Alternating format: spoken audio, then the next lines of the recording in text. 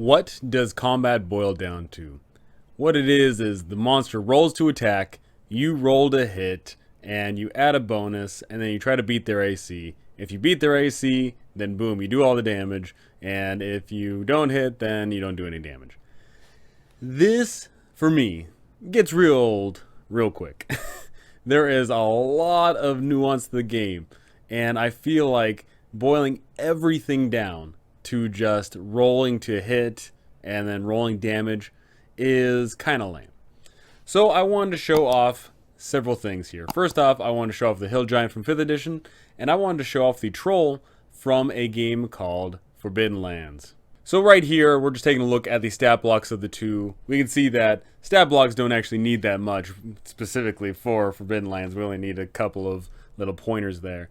But here's the thing. Right here, we see the Hill Giant, we see all of its stats, and then we see do its attacks and all that. But for the Troll here, I left out the attacks. Why is that? Because Forbidden Lands has something that I truly do believe we should integrate into 5th edition. We have the monster attacks. While we see here the Hill Giant makes the Great Club attack and the Rock attack, and it does all those things, with Forbidden Lands, we get a beautiful little D6 chart here. And we can see that there is nuance to the combat. Instead of it just always being it swings its club, there's more to it. We have a rending attack here. We've got a terrible bite. We've got a troll throw. We got a sweeping strike. Good beating, stink breath. Those things are unique. Whenever you fight a troll, it could be something entirely different. You've got no clue. But more importantly is the fact that it's not the same thing over and over and over again. So I wanted to reiterate here on this Hill Giant here. We have the only two attacks it's ever going to do in its lifetime is this Great Club attack and this Rock attack.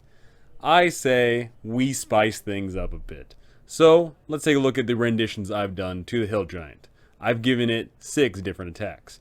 We have this Crushing Blow. The giant bears all of its strength down into a single blow. Make a DC 13 strength saving throw or suffer 6d8 plus 5 bludgeoning damage, taking half on a success. Boom, right there. No longer is it just me always rolling to attack. We have some player feedback. The player has to roll well. But guess what? It continues on. We have the Large Sweep, which hits everyone in a 15-foot area, and they have to make a DC 13 dexterity saving throw, or they suffer 3d8 plus 5 points of damage. And they can be knocked prone. Adding all of these various effects, adding these abilities, there is a lot of conditions in 5th edition. There is a lot of fun mechanical things you can do other than I just roll to hit and I just do damage. Next up, we have the Noxious Breath.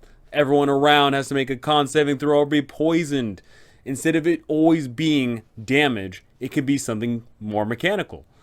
Because yes, the poison isn't going to do any damage right away, but what it does is it sets up the giant for the turns thereafter. We have I Eat You. It tries to grab someone up, and they are going to be knocked out of the fight because they're restrained, and they're going to be taking some damage. And then we have One Hits Another. It tries grabbing one person and yeeting it at the next person. Gotta hold it in. The giant does something stupid, and you have to make a charisma saving throw. All of these things make combat a lot more dynamic in my books.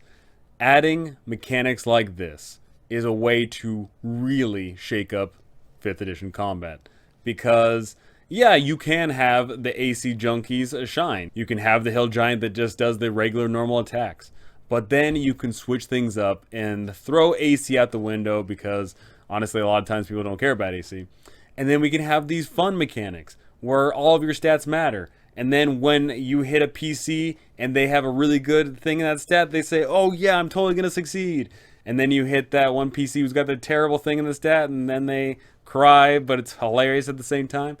Having mechanics that are more dynamic in regards of using the PC stats, and of course just adding variety in how the creature attacks is a great way to go. It only took me a few minutes to come up with these, and you are free to copy them as is.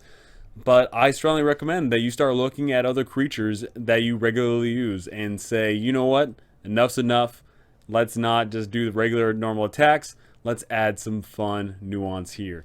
Using all of the various stats, using all of the saving throws. Maybe you can add in ability checks as well. There can be opposed rolls. There is so many things you can do. I strongly recommend that you start using stats for your actual combat. So go ahead and tell me, do you like the idea of using the PC's stats in regards of combat, or are you always fine with just rolling the hit and then rolling the damage? Do you like what I've done with this hill giant, using all 6 saving throws in regards of all of the attacks? Or do you think that there should be some stats more favored than others? And what other creatures would you like to see done up like this, giving them 6 different attacks? Go ahead and tell me, because I would love to hear what you all have to say on that. But that's going to do it for me. Thank you for watching, thanks for listening, and thank you to my amazing patrons. You guys are absolutely incredible. Thank you so very much. And I cannot wait to see you all in the next one.